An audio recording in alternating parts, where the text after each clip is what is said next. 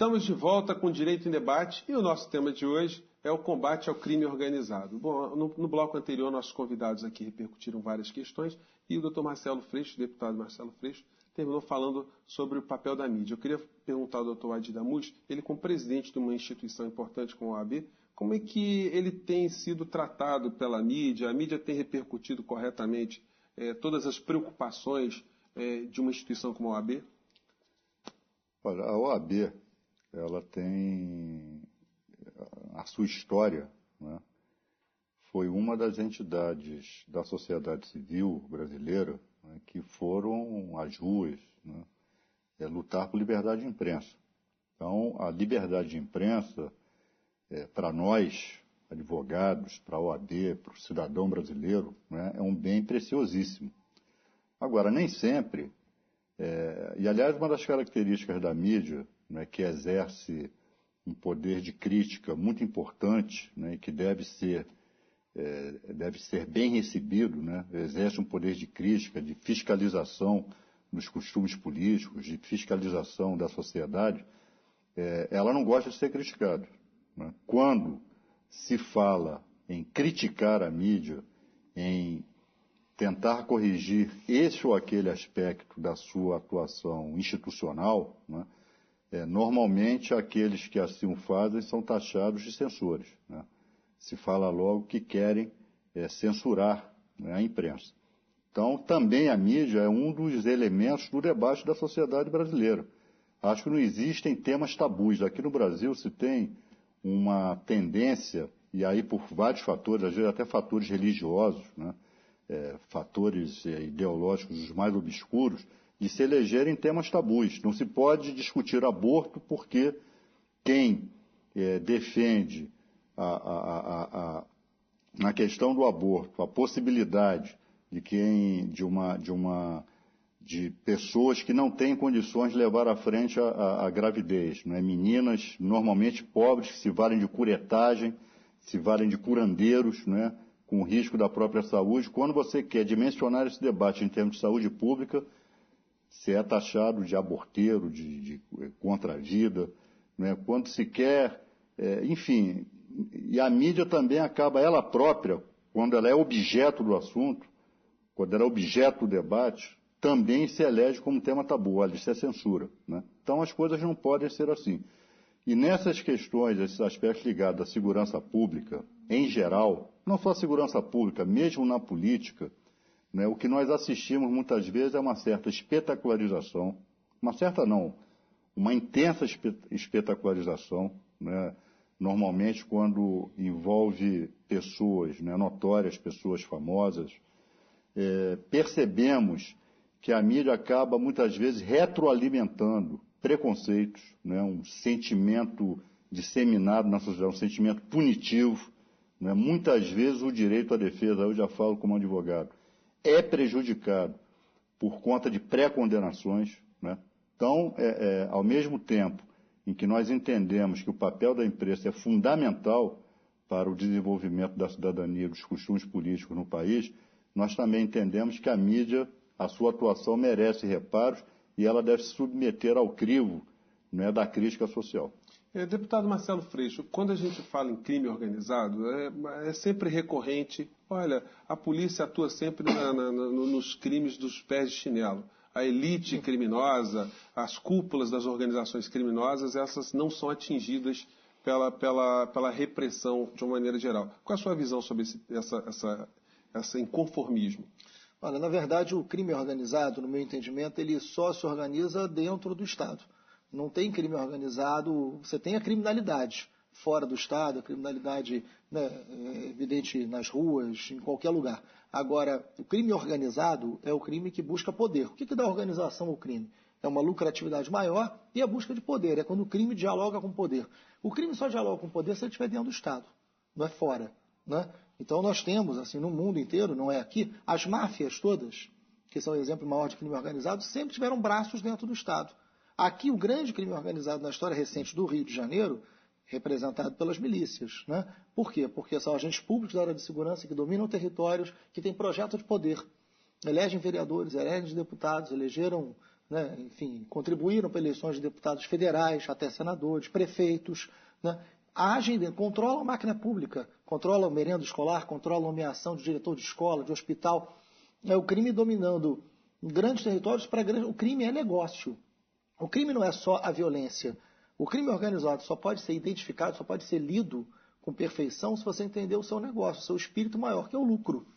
O crime não é um ato necessariamente de violência. O crime é um ato organizado para a busca do lucro de forma ilícita. E aí a melhor forma dele se fazer é dentro do Estado, onde ele busca poder. Então, muitas vezes, você tem na polícia, principalmente a polícia militar, um sistema de opressão, né, que acompanha um processo muito forte de criminalização da pobreza para a manutenção de uma ordem. Uma ordem que muitas vezes tem na sua elite política setores corruptos e diretamente vinculados ao crime organizado. Na história recente do Rio, Júnior, crime, polícia e política não se separam mais. Né?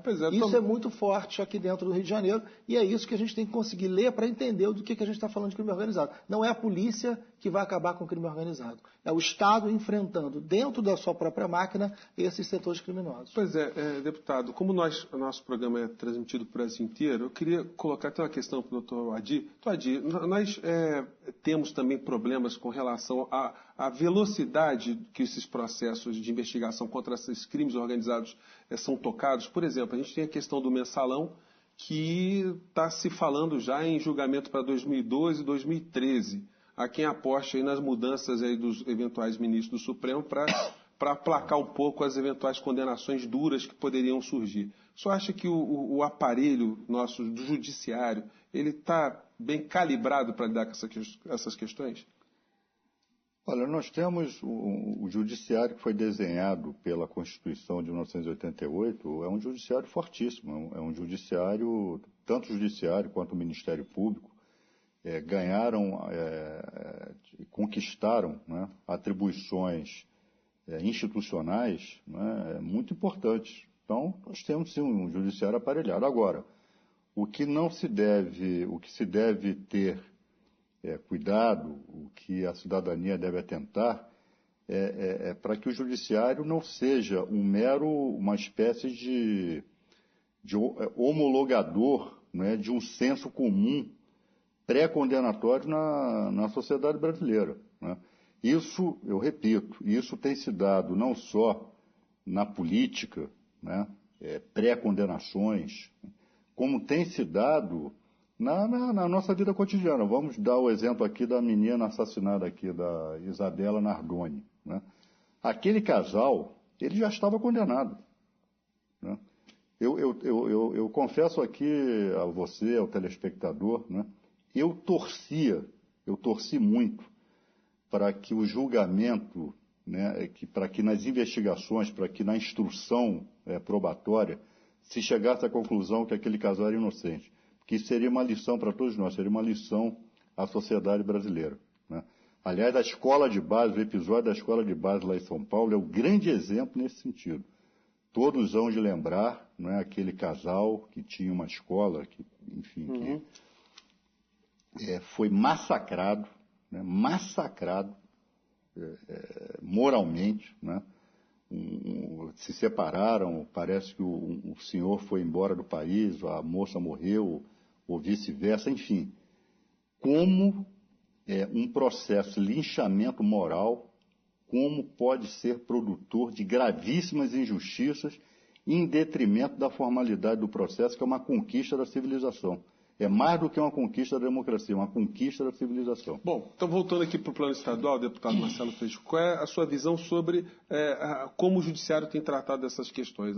A sua visão de quem também está ali na linha de frente, doutor Adi, numa linha, o senhor em outra.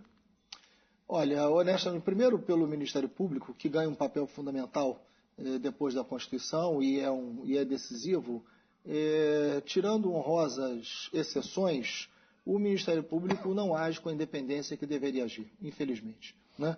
Nós, muitas vezes, assistimos ao Ministério Público quase que funcionar como uma secretaria de governo, o que eu acho que é ruim para o poder democrático, é ruim para o Estado Democrático de Direito.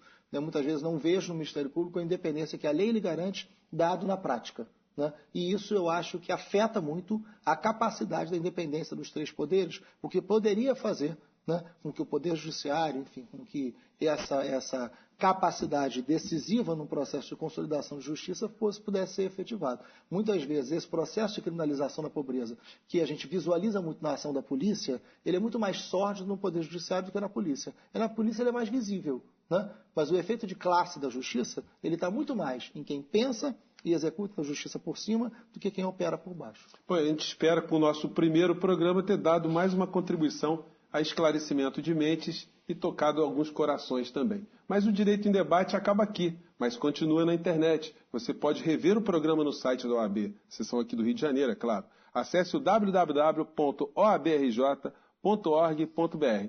Você também pode mandar suas críticas e sugestões para o nosso e-mail. Participe. É direitoemdebate@oabrj.org.br. Eu agradeço muito a participação dos nossos convidados de hoje, Dr. Adi Damus, ele que é o presidente da OAB Seção do Rio de Janeiro, e o deputado estadual Marcelo Freixo, do PSOL aqui do Rio de Janeiro. A gente se encontra na semana que vem, aqui no Direito em Debate. Um grande abraço e até lá.